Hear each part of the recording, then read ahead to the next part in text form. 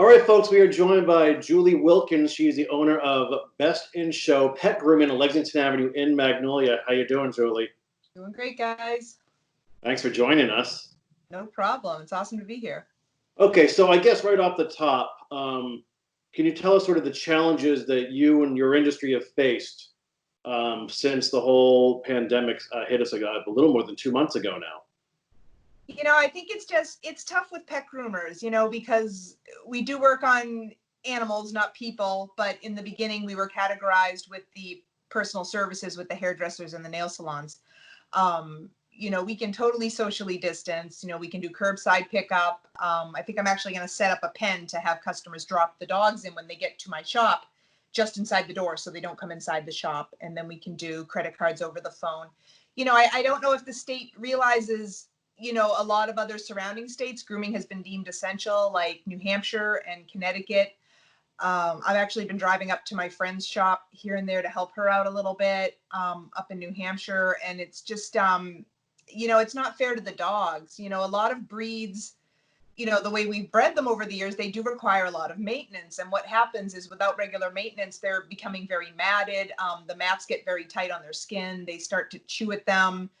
Sometimes in extreme cases, they actually tear away from the skin, and it becomes very uncomfortable for the dog. And a lot of owners just aren't physically able to deal with that at home. They don't know how. They're elderly, and the dogs just slowly become neglect cases, especially if they were already due or overdue when this started, and maybe they were getting ready to make their spring appointment to get them in, and now they can't. And we're just seeing a lot of, health problems arise because of it. The matting gets very tight to the skin, and it's very restricting for the dogs as it gets tighter and tighter. Bathing at home is only going to cause it to constrict and tighten more. People don't realize. And you get a lot of skin infections going on underneath there. You can get hot spots happening. In extreme cases in the summer, you can even see maggots start to happen underneath all that solid matting if you get sores or skin infections going on. And it does become a public health issue, I believe. Absolutely. You get flea infestations, you get ticks because the skin can't breathe, and you're not able to get to it. As well as dogs just starting to get really bad ear infections because their ears aren't being plucked and cleaned and maintained on a regular basis. And as well as, nail clippings, the nails are getting very long. And, again, a lot of people can't do it themselves. And the vets just don't want to be bothered with this stuff right now. They will do it, and they will do it. But normally that's something that a groomer would do. And when the nails get long, they can become caught on stuff. They can break, they can snap in half. And they can also cause the dogs pain when they're walking because they start to bend the toes sideways on the dogs, so they can disrupt their foot pattern as well. Mm. So, Julie, what work have you done to have your industry recognized as essential? We've done a lot of work. A lot of us have written the governor, written the state. We've all kind of signed and put out petitions to make pet grooming essential. I've had a lot of my clients and customers get involved just because I think they need to hear from the people as well, of the animals that are suffering. And a lot of my people I've been referring to, friends' shops up in New Hampshire or friends' shops in Connecticut, just because they're so desperate to have their dogs cared for right now. And we just can't help them right now in Massachusetts, which is just really unfair. We've done a lot. We've prepared. A lot of us have taken, sanitization certification courses online. I and a lot of my other friends in town and in the area are AKC safe certified, which you also have to pass a certain sanitization part of the course. We've actually purchased a UV sanitizer oven for our shop, to do any sanitizing that we have to. We have Border Patrol 256 disinfectant that we use, because a lot of people don't realize that Lysol and a lot of these cleaners that are available over the counter are actually toxic to dogs and can cause liver failure. So you don't want to be scrubbing down their quarters with cleaners like that. You want to use pet safe disinfectants and cleaners for the pets.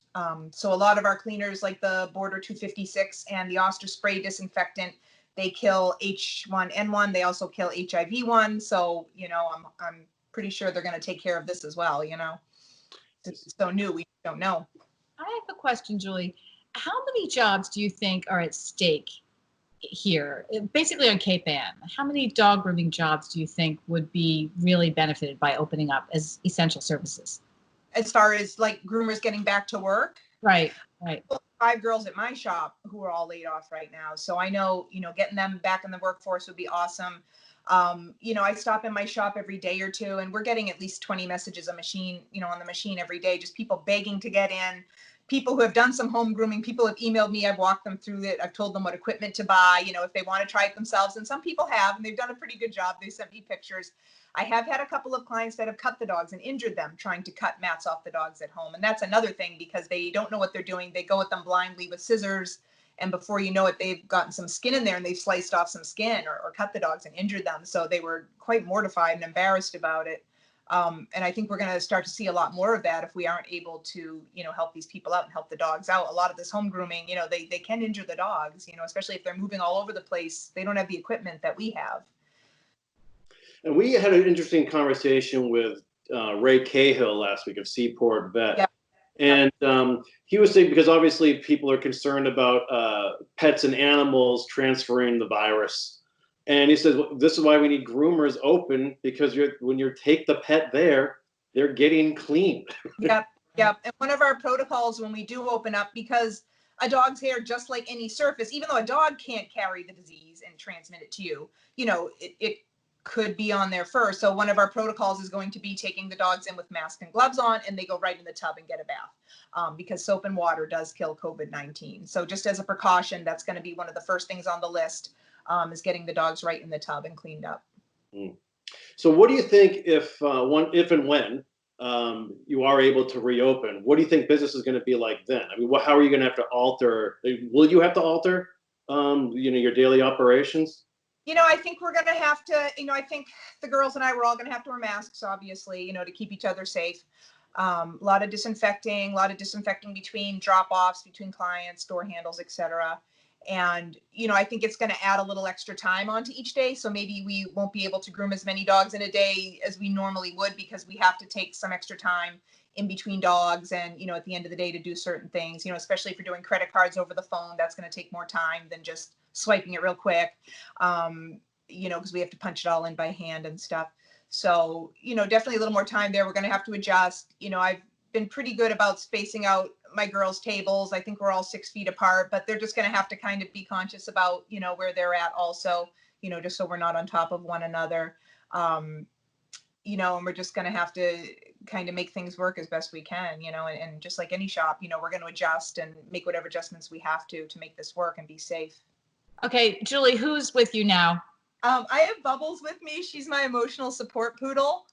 And we've been getting through this together, doing a lot of cleaning at the shop, painting, getting everything ready for all our furry friends when we get back to work. We're really excited about seeing all our clients' pets again. And I know they miss us, and they're getting pretty shaggy. Meanwhile, it looks like Bubbles is being treated really well. Is being treated very well. She's lucky that her mom is her hairdresser. And I actually, my own hair was getting really bushy last week, so I took a clipper to it myself, and I sent a picture to Catherine Kukuru down at the hair and color studio, and I said, how did I do? Can I have a job? So Great. So anyway, yeah, making do here. At least I can keep my own guys, up and maintained, which is good, because they sleep in bed with me, and I want them to be clean and cared for. I would sleep with her. She's beautiful. She's a very big pillow. Oh, thanks so much. No problem, guys. All right, stay safe. Well, we'd love to follow up with you, whether it's after May 18th or hopefully maybe you're deemed essential beforehand, I keep fighting it. We need everybody's help. Well, all right. Well, Julie, thanks so much for your time. I'll reach out shortly so we can see how you're responding to whatever future changes come our way in this new now. All right, excellent. Okay, take care. All right, take care, guys. Bye-bye. Bye.